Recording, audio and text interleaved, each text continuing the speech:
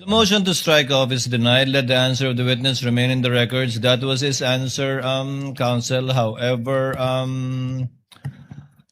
interpretative it may seem with respect to the law, since the witness was qualified yesterday as not only being the NBI director, but also engaged in the legal profession for decades and is in fact a former law dean.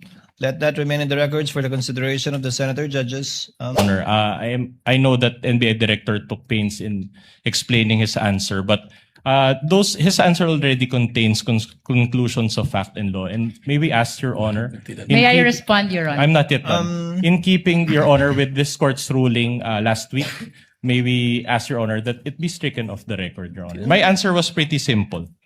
And Counsel for the lead prosecutor. My question was pretty simple. Sorry. Your Honor, ang depensa po ang nagtanong kung mapapatunayan na nag-commit ng betrayal of public trust, kung sasampahan pa ng impeachment ulit, at sinasagot lamang po ng testigo, consummated na ang betrayal of public trust dahil may kausap ng tao na pumayag na to execute the President, the First Lady, and the former Speaker. That's precisely the ground for our motion, Your Honor. Can we get the ruling, Your The Honor? motion to strike off is denied. Let the answer of the witness remain in the records. That was his answer, counsel. However, interpretative it may seem with respect to the law, since the witness was qualified yesterday as not only being the NBI director, but also engaged in the legal profession for decades and is in fact a former law dean. Let that remain in the records for the consideration of the senator judges. You may proceed, counsel. All right. My question is this. Are you conducting your ongoing investigation to substantiate this current impeachment case? Again, sinabi ko na po, kung ang pagbabasihan is betrayal of public trust, nandoon na po. Bakit po namin hinahanap A yung simple- kinausap na papatay? With all due respect, Detector, simple yes or no will do. Hindi po, dahil sinabi ko na Alright. nga. Can you rephrase your question, counsel? So are you conducting the ongoing investigation to substantiate this current impeachment case? No need to substantiate because it's already been established. All right. So Now, the answer, Director Matibag, so the answer is you are not investigating anything in connection with the current ongoing impeachment case. Yes, because it's already been established. all right. Proceed, counsel. Insofar as the leads to this alleged person, do you share information to the Cybercrime Division? Kasama po ang Cybercrime Division sa aming pong committee. Kaya kung ano po yung mga findings na nandoon, kasama po sila kung sila po ang pumunta. Subalit, kung ito po ay meron pong level of security na hindi naman kailangang malaman ng Cybercrime Division, hindi po namin ito ibinabahagi sa kanila. All right. So because after all, the Cybercrime Division is Your part. Honor, please. What's the question? What's the objection? May we know if the defense is making a manifestation or raising a question? I am going to the question. He was Your Honor. about to ask a question, I believe, counsel. Let's allow him to finish his question. Counsel may proceed for the respondent. Because the cybercrime is part of the special task force, correct? That is correct po. How about Agent Lotok in particular? Do you share the leads to this alleged person with him? Hindi po siya parte ng Special Task Force. But wasn't he part of the cybercrime division as well? Hindi po, siya po ay regional director ngayon ng BARM. Yes. But he was once part of the cybercrime division. Dati po yun nung hindi pa po ako Alright. director. Okay. Now, let's go to the special task force that you mentioned. You have one team leader and two assistant team leaders in your special task force, correct? Tama po. All right. And then how many members from the NCR? Ang NCR po, yung po ang buong division na kasali at ang tumatayo po na representante nito ay yung kanila pong regional director. But you mentioned that they are members of the special task force. In your estimation, how many from the NCR are involved? Ang NCR po, we give the freedom to the regional director kung ano pong aksyon ang kailangan niya aksyonan at ano pong team ang kanyang bubuin for purposes of doing a particular investigation in relation to the said task force po. Your Honor, may we respectfully again ask that the court give a directive to Director Matibag to give a more responsive answer. My question is, how many? So he can May I comment, Your estimate Honor? a number. Counsel for the respondent, the question was how many? And the answer of the good director was it depends, and it would depend on the NCR regional director how many he would assign. Witness will answer if he knows. If he does not, he may so respond as well.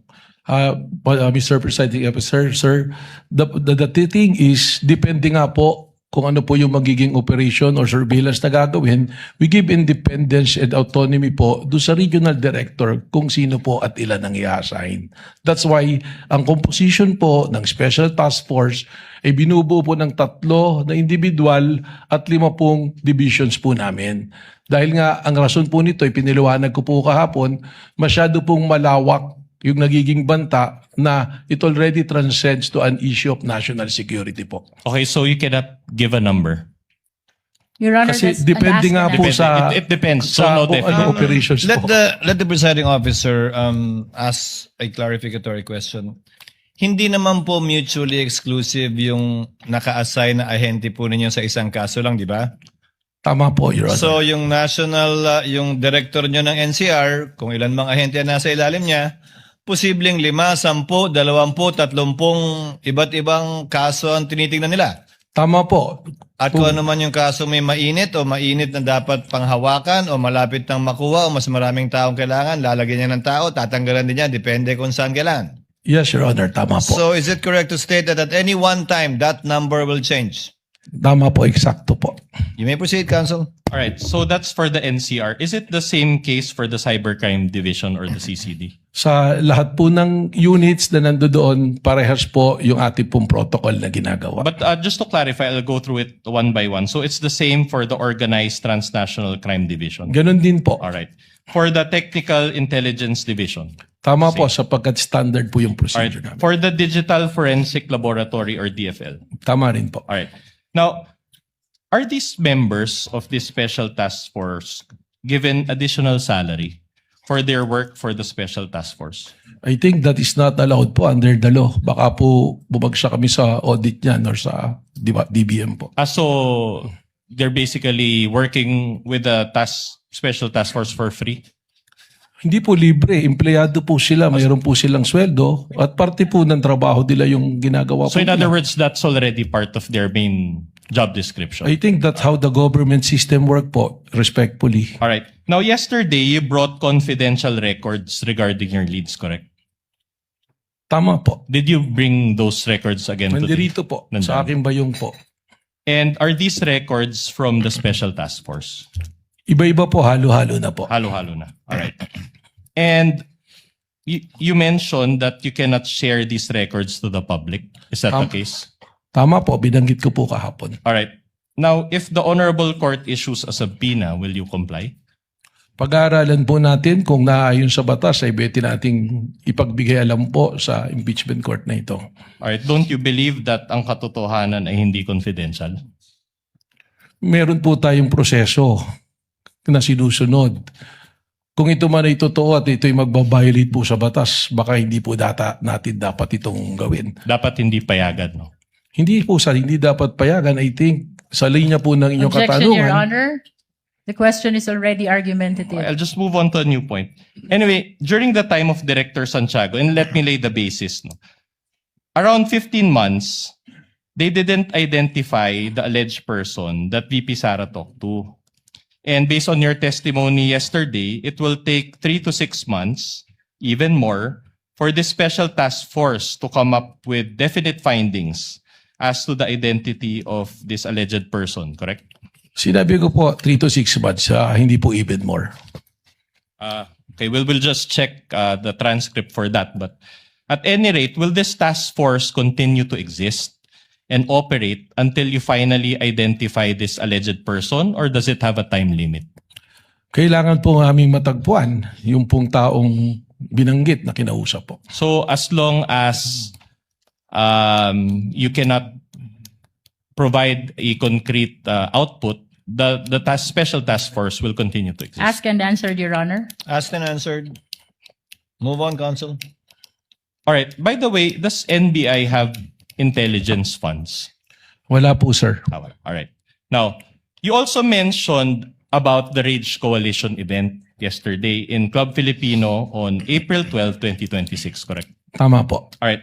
Now, this was already around 14 months from VP Sara's press con, correct? Tama po. Now, my question to you is this. Was VP Sara present in that April 12, 2026 event? Wala po siya, sir. All right, no. Now, you mentioned also the concept of kinetic force. Can you recall? Yes, sir. All right. Now, my question to you is this. Despite the lapse of 14 months and the absence of VP Sara in that event, you still concluded that this event was still part of what you call kinetic force. Is that the case? Tama po. All right. And based on your findings, this kinetic force came from VP Sara's November 23, 2024 press con, correct? Hindi lamang po yun. Ang sinabi ko po ay may pagkakaugnay sapagkat yung pong statement na I want to cut his head, gusto kong kunin ang ulo niya, at ang sinabi din po ni Mayor Baste, isang ulo lang ang kailangan namin, ang ulo ni Pangulong Bongbong Marcos. All right. So, you mentioned also that there was a participant in a PBBM rally that shouted, "Barilin na yan." When did this happen, if you can recall? Hindi po ito rally, meron pong event, ang okay. atin pong Pangulo sa Nueva Ecija, naka-live broadcast po ito sa RTBN at meron pong nag-komento bigla na sinabi, barilin na yan. Can you recall the date of that event? You said event. Hindi ko po ma-recall yung exact date pero nandito rin po sa All right. report sa amin yan. But is this also part of the kinetic force that you mentioned? Lumalabas po sa amin pong pag-aaral. How about yung nangyari kay Undersecretary Claire Castro in Canada? Is this also part of the kinetic force? Irrelevant, Your Honor. Your Honor, I'm trying to lay the basis, Your Honor. Witness may answer. Well, If he ito na knows. nga po yung sinasabi natin na nagkakaroon po ng malawakang kaguluhan na epekto po ng madalas na pagbabanta at seryosong pagbabanta sa Pangulo na ngayon ang mga itaong kahit na ordinaryo ay inaatake po. Hindi lamang ang Pangulo kundi ang iba pa rin pong matataas na posisyon. So the answer is yes, it's Yes. part of the kinetic force. So in other words, this kinetic force can reach foreign countries. Lumalabas po na gano'n. Okay. Dahil marami po tayong Pilipino na nandoon na napapanood po That's sa social okay, media. Director. Now, how about the flood control rallies? Is this part of the kinetic force? Yung flood control rally na aling pong flood control rally to be Any flood specific? control rally? Probably, Is it part- baka po kung maaari lang po sir, ibigyan nyo ko ng specific para po mas may paliwanag ko po. I'll just move on. So any dissent against the government must be attributed to this kinetic force. Is that what you're saying? Speculative, Your Honor. Witness may answer if he knows. Depende po kung anong event. Kaya nga po ang ginagawa po ng NBI ay atin pong sinusuri lahat ng pangyayari. Kahapon po inilatag namin yung 5 batayan namin para po magkaroon tayo ng malinaw na threat assessment sa lahat po ng pangyayari. All right. Now, isn't it that Mayor Baste, that participant in that PBBM event, the rallies in Canada, and the flood control rallies, don't they have a mind of their own? Your Honor, we are objecting on the Your ground Honor. of vague. Kindly clarify the question. Your Honor, Counsel. so are you saying that these people that I mentioned, they cannot act independently and are compelled by the kinetic force that you mentioned? That is Sino pong speculative, mga Your tao? Honor. Mayor Baste, the participant in the PBBM rally, the rallies in Canada, and the flood control rallies. Una po, there's no PBBM rally. No, sorry, PBBM event. Sorry, I stand PBBM corrected. event, yung sa Canada. Tsaka, yun nga po, alin po bang flood control? Babalik ko lang po doon, pasensya na po sir, para po mas makontextualize po nating mabuti. Yes, Your Honor, please. May we request I think the clarification question- from the defense? I think the question, Director Matibag, is produkto po ba nung binabanggit yung kinetic energy kahapon yung mga pagkilos laban sa administrasyon at individual na mga miyembro ng administrasyon. Respectfully, Your Honor, sapagkat marami pong may pagkilos po na iba-ibang grupo. So na nakikita po posibleng hindi. natin. May pagkilos na hindi, may pagkilos na Tama oo. po. Kaya we have to qualify, we have to treat each event independently and apply the 5-factor test that we are being applying po sa mga pangyayari po. So hindi porkit laban sa o tutol sa gobyerno o sa partikular na opisyal ng gobyerno ay ito na yung binabanggit yung kinetic kahapon. Tama po, Your Honor. Counsel may proceed. All right. My question is this. Is this kinetic force still active today or has it stopped? Malinaw po, may mga pangyayari pa rin po. And should we really stop this kinetic force or just allow it until 2028? Hindi ko po, pakiulit po. Anyway, I'll withdraw that question. Just move on to a different question.